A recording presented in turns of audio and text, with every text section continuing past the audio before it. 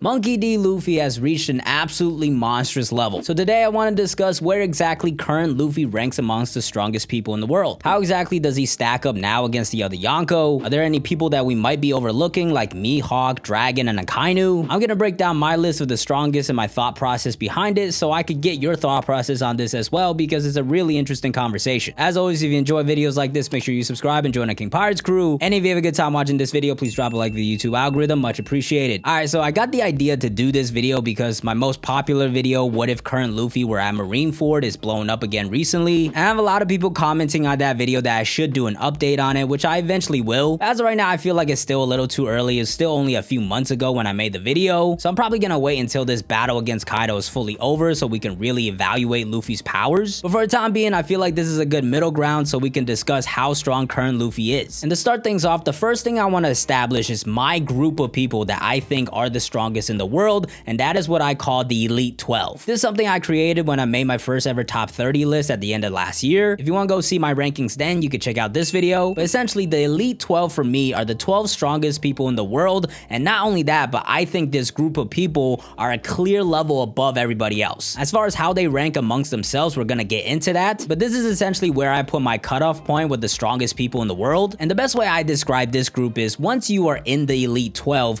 you don't go into any battle and think you're gonna lose. For example, someone like Kizaru, who is in this group, he's gonna be confident to go to Wano where two Yonko are with Big Mom and Kaido and still get stuff done. Now, if he was gonna try to fight Big Mom and Kaido together, would he win? Absolutely not. But he's still confident enough that at the very least, he's not gonna put himself in a dangerous situation and might even be able to carry out some missions that were given to him. So that's what the Elite 12 is for me. There are people that are stronger and weaker than each other within the group, but the separation between them all are pretty minimal. And at the end of last year, when I created this list, Luffy was already in the Elite 12. That was around the time when he first learned Advanced Conqueror's Haki and also split the skies. So at the time, I felt like with all the new abilities he picked up in Wano, he belonged in that group. And since then, for me, the Elite 12 has not changed, but Luffy has definitely moved up. So the first thing I want to do is establish who the Elite 12 are, but I do want to bring up two honorable mentions. And those two people for me are Sabo and Ben Beckman. I think these two for me are the only two current people that are kind of on the edge of the Elite 12. And depending on what we see from them later, they could definitely make it into that group. As of right now, I just need to see more from them. Sabo in particular, I probably feel like is a little closer. He did recently get Ace's Fruit and fought with Fujitora, but that fight wasn't really that telling. If anything, it felt like Fujitora was in control. So while I think it's entirely possible that Sabo ends up fighting and defeating an Admiral in the future, right now I'm not fully ready to put him within the Elite 12, and the same goes for Ben Beckman. And with Ben Beckman, there's definitely a little bit of bias with me because I really like this idea of a right hand of a Yonko being nearly as strong as a Yonko. So part of me just kind of wishes that were true. I'm sure that's true for a lot of other people as well. But as far as the story goes, we haven't really seen anything from Ben Beckman that would suggest that he's in the Elite 12. There was that dope moment back in Marineford with Kizaru, but I'm not gonna look too much into that. And also, a lot of people point out that in his Viva card, it said that he's almost equal to Shanks, but that sentence was very vague and it was not specifically referring to power. So while I really like the idea that Ben Beckman is an absolute beast that's actually close to Shanks in strength, as of right now, I just can't put him in the Elite 12. If you disagree with my thoughts or think that anybody else belongs in the Elite 12, definitely comment below. That being said though, let's actually talk about who is currently in the Elite 12 for me. And in no particular order, the Elite 12 are the Yonko, Luffy, the Admirals, Akainu, Kuzan, Dragon, and Mihawk. In my opinion, all of these people, whether it's narratively or from what we've seen in the story, belong in this group. So the next question we have to answer is where exactly does Luffy belong in this group? But first, I do want to break down my reasoning why these people are in the Elite 12 because I want to hear your discussions as well. So here's my thought process on this. First off, the Yonko, they absolutely belong in this group. These are the strongest pirates in the world. They're absolute monsters that we've seen in action. We've seen Big Mom and Kaido be absolutely devastating, previously Whitebeard as well. So Shanks and Blackbeard, just having the title alone, belong in this group. But even narratively, they belong in here as well. Blackbeard's gonna be one of the final villains in the story, and Shanks is the great pirate that inspired Luffy that Luffy has to surpass. So all of the current Yonko absolutely belong in the group. Besides then though, I also have the Admirals in there, which I know this is gonna be a triggering topic for a lot of people, but I really don't care if you have the Admirals above the Yonko or equal to the Yonko or below the Yonko. The strongest thing that I believe is that the distance between the two groups are not that big. And as far as why I believe that, the main reason is the Admirals put in work during Marineford. At the end of that war, while the Marine foot soldiers might have taken a lot of damage, the top end elite Marines barely got scratched. The only person that took some serious damage was Akainu, but Akainu put in the most work out of anybody. He killed Ace, damn near killed Luffy, and took off off half of Whitebeard's face. Now, of course, the circumstances of the war make it hard to judge like individually how strong the admirals are, but I think they showcase enough to clearly belong in the top tier of the Elite 12. So with that said, that's 5 more people that are added to the Elite 12 with not only the current admirals, but also Akainu and Kuzan. And then we have 3 more individuals in this tier, and that is Mihawk, Luffy, and Dragon. Luffy, I think, is pretty self-explanatory. He's just getting stronger and stronger, split the skies, got gear 5. And then as far as the other 2 go, I think they're a lot more narratively driven. We'll start with Mihawk because I think he probably has the stronger case with more evidence. Unfortunately, that evidence is connected to another toxic debate of Shanks versus Mihawk. But once again, the only thing I strongly believe in that debate is that Shanks and Mihawk are very close to each other and in the same tier. So I think based off of that alone and the legendary duels Shanks and Mihawk had in the past, Mihawk belongs in this group. And also on top of that, this is a person that Zoro is trying to surpass, so he's definitely got to be very, very strong. Dragon, on the other hand, has way less evidence because we haven't seen anything from him, but I really think Dragon might be the most slept on person in these power scaling debates. First off, narratively, he's gonna play a big role in the end game of the story. I personally expect it to happen in this final war against the Marines and the world government, so there's gonna be very strong people involved like the admirals, maybe Emu and the Gorosei, and also there's gonna be ancient weapons. So just because of his role in the future of the story, I think it would make sense for him to be really strong. But I think the stronger case you can make for Dragon is actually lineage, because the Monkey D family is absolutely insane. We have Luffy and Garp, who in their primes are probably both top 5 all time, and Dragon is probably currently in his prime right now, also part of that family. So unless we find out later that he's adopted or something, I'm gonna consider him a monster as well. So overall, that's my breakdown on how I chose the Elite 12. As I've said many times, I definitely want to hear your thoughts. Do you agree or disagree? Definitely let me know in the comments, but please do it like a regular civil human being and not a raging basement dweller that needs to touch grass. That being said though, let's make this discussion potentially more toxic. We gotta narrow down the specifics and try to figure out where Luffy is. And I'll start things off by giving you my previous ranking of the Elite 12 during my last top 30. And this was the order that I had the Elite 12. Blackbeard, Dragon, Akainu, Kaido, Shanks, Mihawk, Big Mom, Kuzan, Luffy, and then the Admirals. We'll break down the specifics of the rankings in a little bit, but as far as Luffy goes,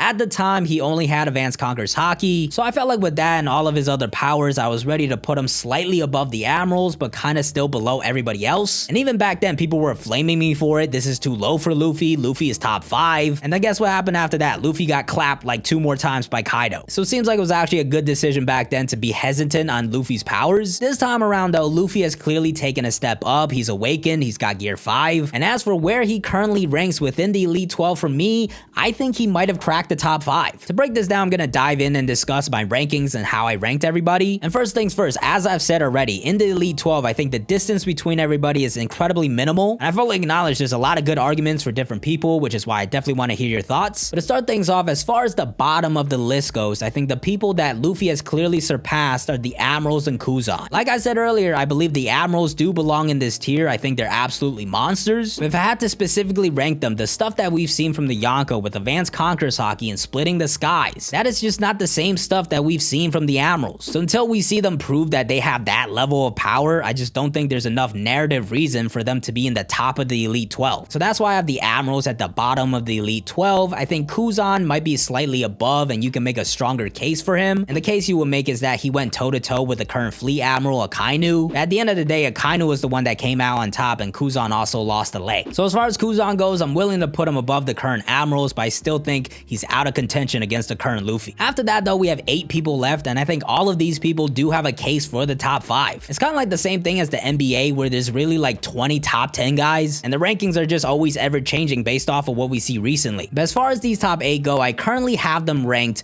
Blackbeard, Dragon, Kaido, Akainu, Luffy, Shanks, Mihawk, Big Mom. Now I already know after hearing that ranking some of you are getting triggered and typing angry comments, but the first thing I want to say is that my list is incredibly narrative driven for the future. You can absolutely disagree and make cases for other people and I would understand, but the way I look at it, the people we have not yet seen in the story have a higher potential because their roles are going to be dealing with a future Luffy that's probably even stronger. And that's why for me, Blackbeard stands at the top at number 1 because he's going to be one of the final villains in the story for Luffy. At the very least, I fully believe he's gonna be the last pirate standing against Luffy for Pirate King. Now, if you want my full thoughts on how Luffy versus Blackbeard is gonna go down, I did a whole video on that. You can check that out right here. But as far as rankings go, Blackbeard is probably the one I feel the strongest about, because Blackbeard versus Luffy is definitely gonna take place in the future, which means it's not gonna come against the current Luffy, but a future Luffy that should be stronger. When that battle goes down, Luffy is not just gonna wash and destroy Blackbeard. That would be terrible writing, and it would be a very boring fight for one of the most anticipated fights in the story. Instead, Luffy's gonna need to overcome Blackbeard. He has to struggle. He has to get stronger, which means that Blackbeard absolutely needs to be stronger than current Luffy, which is why I'm so confident in him being at the top. Now, some people might make the argument that he's gonna get even stronger by getting another devil fruit or something. I really don't think time-wise there's gonna be that much space between now and the Blackbeard versus Luffy fight, so I see no reason why Blackbeard shouldn't be already at his peak strength that he needs to be. So Blackbeard as of right now is my undisputed number one, with really just a small caveat, and that caveat is the wild card of the Elite 12, who's really number 0, and that is Emu, because Emu I actually do think might be the final boss of the entire story, and it's entirely possible that they're gonna turn out to be an absolute monster and the strongest person in the world. But I also think it's very likely that Oda goes a symbolic route where Emu is like an overdosed celestial dragon, and they're actually not strong at all, but still has the national treasure of Marijois and ancient weapons. So for me, Emu could be the strongest person in the world or the weakest person in the world. So right now, the real top dog for me is Blackbeard. After Blackbeard though, my choices get kind of controversial, and I could definitely be convinced to change my mind. At number 2, I have Monkey D. Dragon, which once again is narratively driven because he's gonna have a big role by the end of the story. But I will also say here that the narrative argument is not as strong for Dragon, because unlike Blackbeard, he's not like a villain that Luffy has to surpass. I think it's entirely possible he ends up fighting an Admiral or a Kainu and ends up defeating them, but right now we just don't know enough about Dragon or the final war to try to figure out what his role is gonna be. Instead, the thing I really go back to with Dragon is his lineage, because like I said earlier, I value Luffy and Garp's strength very much. Garp, I think in his prime, if we're making an all-time strongest list, I think he's top 5. And Luffy, on the other hand, I think is gonna be the GOAT, and he's gonna be the strongest ever. So Dragon being the person between both of them, the person currently in his prime, it just wouldn't feel right if he wasn't also an absolute monster. So I'm 100% biased here with Dragon, but my gut feeling tells me that he's number 2. After Dragon though, at number 3, I currently have Kaido, but if you notice from my last list, I actually had a Kainu. So let's talk about Kainu first, because he's the more controversial one that I'm sure is gonna get a lot of people triggered. Once again, this goes back to the Yonko versus Admiral debate, but I think I'm just gonna lose on both sides here, because the other Admirals I have at the bottom of this list, but now I have a Kainu above 2 other Yonko. But to explain my thoughts, the reason I have a Kainu so high is once again because of future narrative. Because similar to Blackbeard, I fully expect a Kainu to be an endgame villain, and maybe even later than Blackbeard. But at the very least, I do believe that he's gonna be a very difficult future villain for Luffy. Once again, if you want to hear my full thoughts on how this fight's gonna go down, I recently did a Straw Hats versus Admiral video. You can check that out right here. But as far as Luffy versus Akainu goes, I'm really starting to believe that that fight has to go down. The history that they have with Akainu killing Ace, and also the scar that he left on Luffy permanently, I think because of that, Luffy has to be the one that fights and defeats Akainu. You can say that Sabo also has a reason to fight Akainu, but Luffy does have more of a reason. And another great thing about this battle would be seeing Luffy's progression and how far he's come, because back in Marineford, he was pretty much an ant compared to Akainu. So that's another part of the history that would just add more to the battle, something you wouldn't get with Sabo versus Akainu. So in my opinion, this fight has to go down, and it has to be a difficult fight. As hype as it might be to see Luffy just wash Akainu, I feel like it would be a little anticlimactic. At the same time though, I don't think Akainu has to be someone that future Luffy has to surpass and overcome like Blackbeard, but I do think Akainu should give him a pretty difficult fight. So essentially my thought process here is that Akainu is going to be close to equal to the future version of Luffy, which I think is enough to put him above the current Luffy. Now originally though, I had Akainu at 3 above Kaido just because he was going to be a future villain, but now that I'm thinking about everything Kaido has done in this war, it's just really tough to put Akainu above him. It could be entirely possible that Akainu is stronger than Kaido, but right now Kaido just has too many feats to not put him in the top 3. And I feel like that's really the only thing I need to say about putting Kaido at 3rd. Everything that he's shown so far in Wano proves that he's an absolute monster that belongs at the top. I'm sure a lot of people even have him at the top spot, but as I said throughout the video, I value future opponents more because they're going to be villains for a future stronger Luffy. You might make the argument that even if current Luffy defeats Kaido, he's not going to be stronger than him because other people fought him as well, but we've also seen time and time again that when Luffy goes on to the next opponent, he fights a stronger opponent and also surpasses his previous one. He fought and defeated Doflamingo, but it was with the help of Law, but by the time he got to Whole Cake Island, he was clearly better than Doflamingo. Same thing with Katakuri. By the end of that battle, people weren't ready to say Luffy was stronger than Katakuri. As soon as Luffy got got to Wano, he fought a much stronger opponent in Kaido and is now much stronger than Katakuri. And as crazy as it seems, I think the same thing is gonna apply to Kaido, which is why I currently have him in 3rd place. I think Luffy will surpass him by the end of this arc. Until we actually see it, I can't put Luffy above him. Instead, currently I have Luffy at the 5th spot above Shanks, Mihawk, and Big Mom. And to be honest with you, I'm really not that confident about this pick. I honestly think he still could be 8th. I think part of me just wants to put Luffy in the top 5 after everything that he's done. At the same time, I do think Kaido is stronger than the other 3 people, because although Big Mom has been an absolute monster, I think Kaido has proven to be even more devastating. And then as far as Shanks and Mihawk goes, I see them pretty much equal, so they're always next to each other. I have both of them currently lower than Luffy and Kaido, but I know there's a lot of ride or dies with both of them, and I completely understand why. I'm incredibly hyped to see both of them in the story. But as right now, I just don't see a strong enough reason for both of them to be in the top 5, and it really comes down to the argument for Shanks, because Mihawk I think is on the same level as him. But Shanks, as far as his role goes, he's the person that Luffy has to surpass, which means he's got to be an absolute monster. But at this point, I think Luffy's ready to surpass him and meet him. And the thing I think absolutely has to be true is that when Luffy actually meets Shanks, he has to meet him as the stronger person. That's pretty much been their promise since day one. Luffy has to surpass him, become a great pirate, and return to Straw Hat. And at this point, as Shanks said himself pretty recently, Luffy is about ready to meet him. And the last hurdle Luffy probably has to clear is defeating Kaido, so maybe it's still too early to put him above Shanks and Mihawk. The argument for Shanks or Mihawk being like number 1 or number 2, that's something I really don't get. Unless you're someone that believes Shanks is evil and is gonna be the final villain or something, which I really don't get behind. I don't really see a reason either of those guys needs to be the strongest in the world. I know both of them are absolute monsters. Shanks was a person that Kaido respected and we saw in that silhouette, but that doesn't really necessarily mean that Shanks is stronger than Kaido. Oden was in that as well, and I think Kaido is stronger than Oden. So that's why right now I have Shanks and Mihawk at 6 and 7 and Big Mom at 8. I could be entirely wrong. Shanks and Mihawk could be 2nd and 3rd. The only person I'm unwilling to move off of is Blackbeard. But I'm sure you guys have a lot of passionate thoughts of your own and your own Elite 12, so definitely let me know in the comments. And in my hand, I'm holding a Straw Hat figure. If you guess it wrong, you have to like, subscribe, and watch the next video. And the answer is Roanoa Zoro.